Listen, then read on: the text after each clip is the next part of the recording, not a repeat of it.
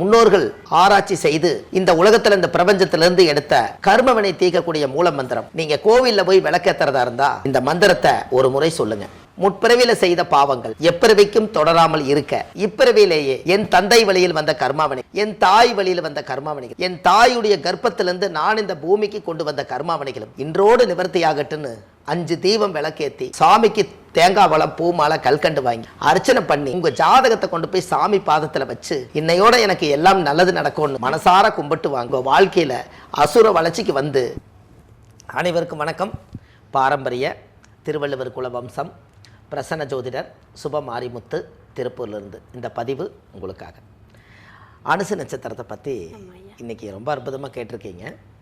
இந்த அனுச நட்சத்திரம் வந்து வாழ்க்கையில் பார்த்தீங்கன்னா 17வது நட்சத்திரம் இல்லைங்களாங்கம்மா. 17வது நட்சத்திரம் அனுசம்.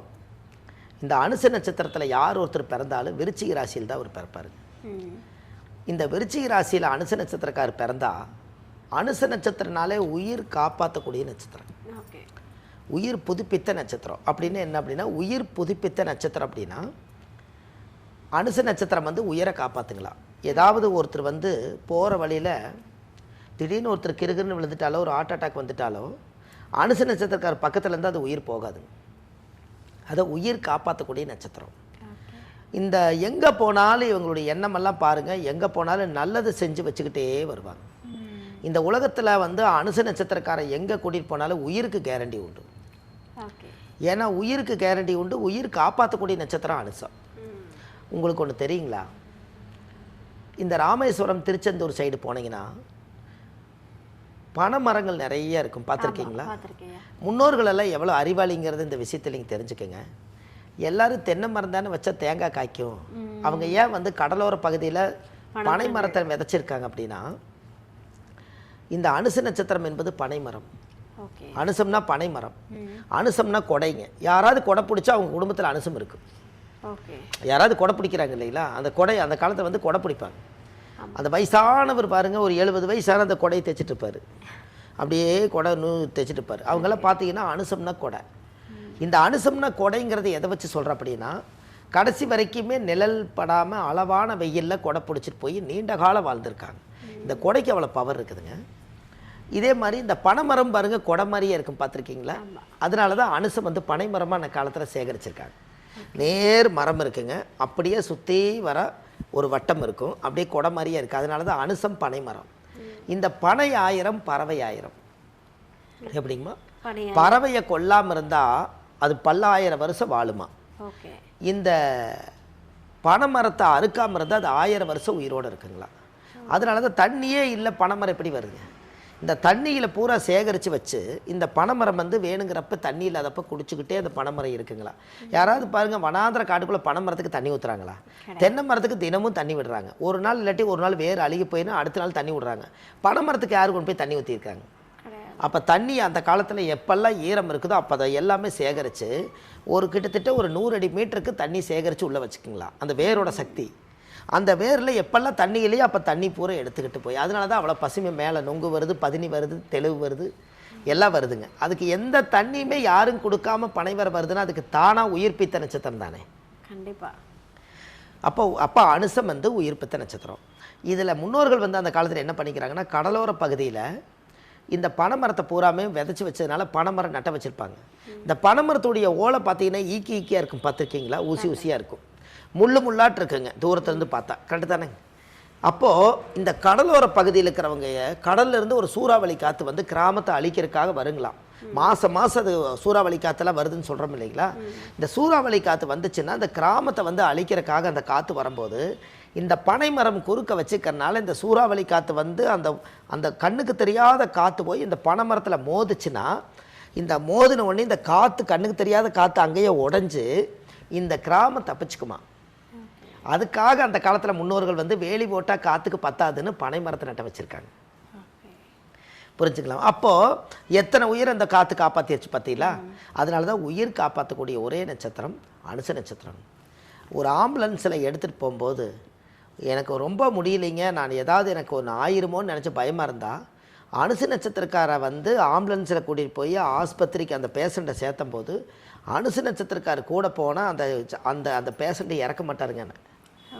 ஏன்னா உயிரை காப்பாற்றக்கூடியவரே பக்கத்தில் இருக்கும்போது உயிர் போகாது. அப்படின்னா இதெல்லாம் அந்த காலத்தில் நம்ம தெரிஞ்சு வச்சுக்கணும் இல்லைங்க. அப்போ அனுச நட்சத்திரக்காரை வந்து அந்த காலத்தில் பக்கத்தில் வச்சுருந்தாங்கன்னா அவங்களுக்கு உயிருக்கு கேரண்டி இருக்குதுங்களா? ஒன்றுமே இல்லைங்க, மனுஷன்தான். ஆனால் அதோட அதுக்கிட்ட உடம்புல வாழ்கிற நட்சத்திரம் இதை எடுத்துக்குதுங்கண்ணே. எப்படிங்கம்மா?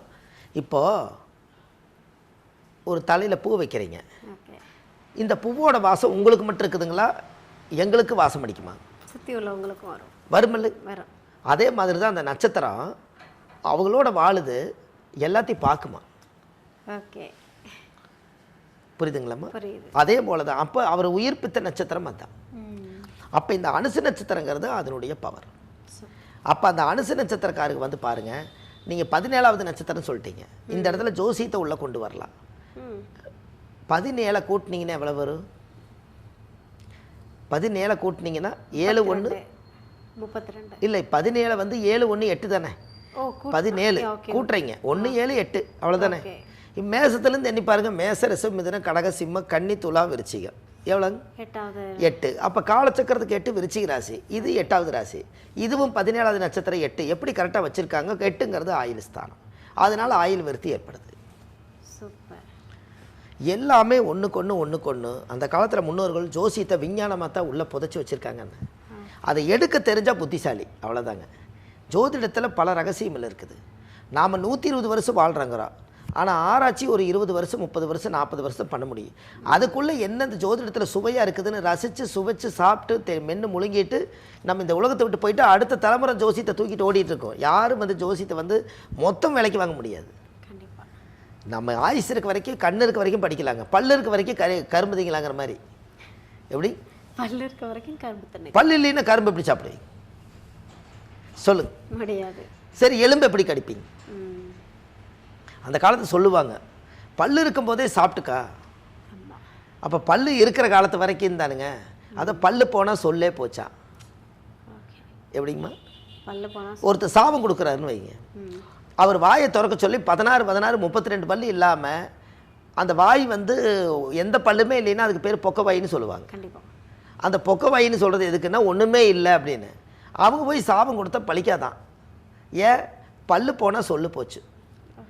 அப்போ பல்லு இருக்கும்போது எல்லாமே. அதனால தான் 32 வயசுக்கு மேலே நீ நல்லா இருப்பேன்னு அந்த காலத்தில் பொதுவாக சொன்னது காரணமே, மேலே 16 பல்லு கீழே 16 பல்லு, இந்த 2 பல்லு 32. இந்த 16ங்கிறது பாலா, 32ங்கிறது குமாரா. அதுக்கு மேலே தான் மெச்சூரிட்டியே வளருமா. அப்போ நீ 32 வயசு கிடக்கிறதுக்கு ஒரு பல்லுக்கு ஒரு வருஷம் தாண்டணுங்க. என்னங்கம்மா? அப்போ இதெல்லாம் அந்த காலத்து பழமொழி எல்லாம் இன்றைக்கி இதெல்லாம் சொல்கிறதுக்கு ஆட்கள் இல்லாமல் போச்சுன்னா, நான் தான் சொன்னுங்களே, சொல்லாத காதல் செல்லாமலே போயிருன்னு. எல்லாமே எனக்குள்ளேயே போயிருச்சுன்னா என்னையோடவே போயிருங்க. எங்கிட்ட இருக்கிற விஷயத்தை உலகத்துக்கு கொடுத்துட்டு போனோம்னா எனக்கு அப்புறம் இதை தாங்கி பிடிக்கிறதுக்கு அடுத்த ஜோசியர் பிறப்பாங்கல்ல. அப்போ அதுதாங்க தலைமுறை. அதனால தான் நம்ம இந்த ஜோதிட புக் எழுதியிருக்கிறோமா இல்லைங்களா? இந்த ஜோதிட புக்கில் என்ன கொடுத்துக்கிறோம் பாருங்க.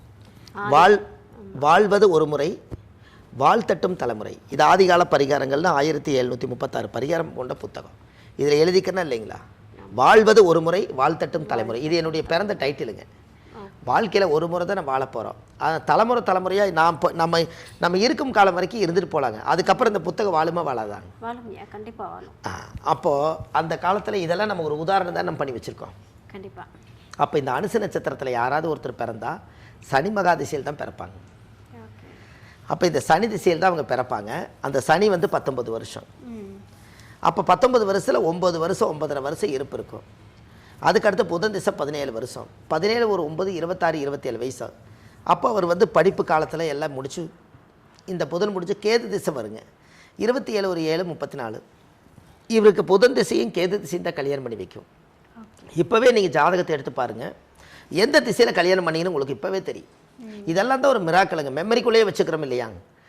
எந்த திசையில் அவர் கல்யாணம் பண்ணியிருப்பாருன்னு, இந்த நட்சத்திரம் பிறந்த இந்த திசையில் அவர் கல்யாணம் பண்ணுவார்னு சொல்லிடும். அப்போ புதன் திசை கே திசையில் பெரும்பாலும் 70% கல்யாணம் பண்ணியிருப்பாங்க. இந்த கே திசை முடிஞ்சு சுக்கர திசை 20 வருஷங்க. அப்போ இவருக்கு வந்து சனி 19 வருஷத்தில் 9 வருஷம் இருப்பு, புதன் ஒரு 17 9 17 9 26 27 வயசுக்கு மேலே குரு, அதாவது வந்து எப்படி வருது உங்களுக்கு சனி புதன் அடுத்து கேது ஒரு 7 வருஷங்க 36, அதுக்கடுத்து ஒரு 6 36 42.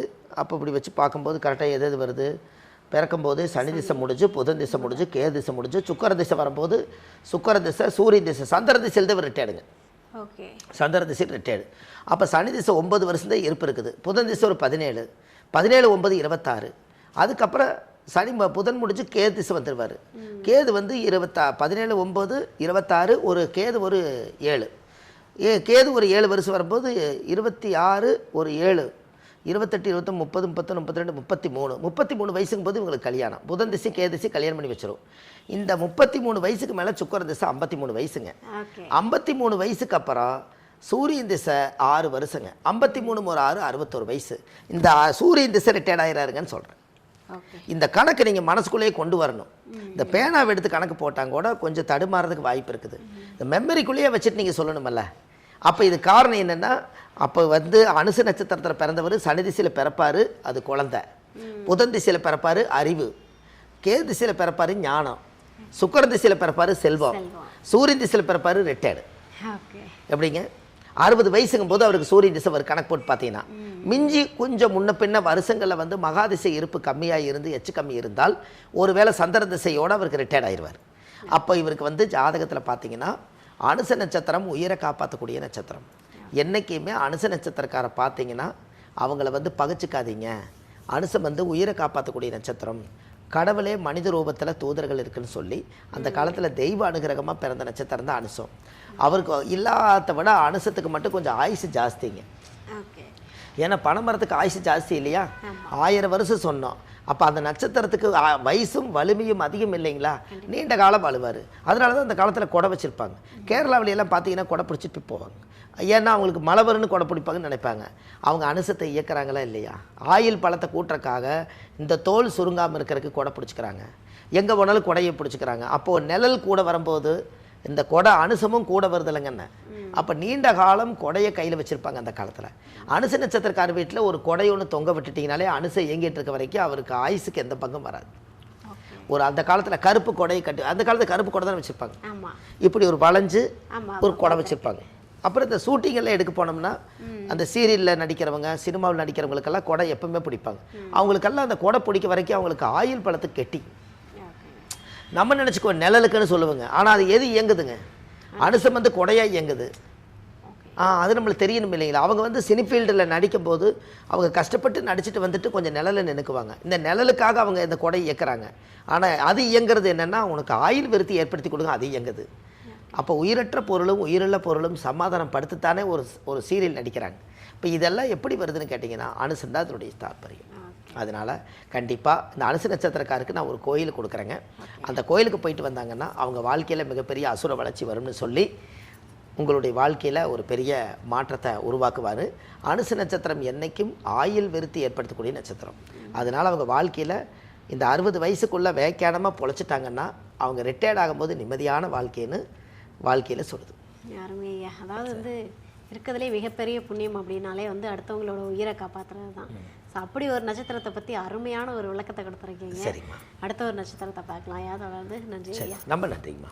ஐயா, இப்போ நம்ம அனுஷ நட்சத்திரத்தை பற்றி பார்த்தோம். ஸோ அதில் நிறைய பலன்கள் கொடுத்தீங்க. சரி, நீங்கள் அப்போ பேசும்போதே சொன்னீங்க உங்களுக்கு ஒரு கோவில் வச்சுருக்கேன், ரகசியமான கோவில், போயிட்டு மட்டும் வாங்க வாழ்க்கை மாறிடும்னு சொன்னீங்க. சரி, ஸோ இந்த அனுஷ நட்சத்திரம் எந்த கோவிலை போய் வழிபட்டுட்டு வரணும்? கண்டிப்பாங்கம்மா.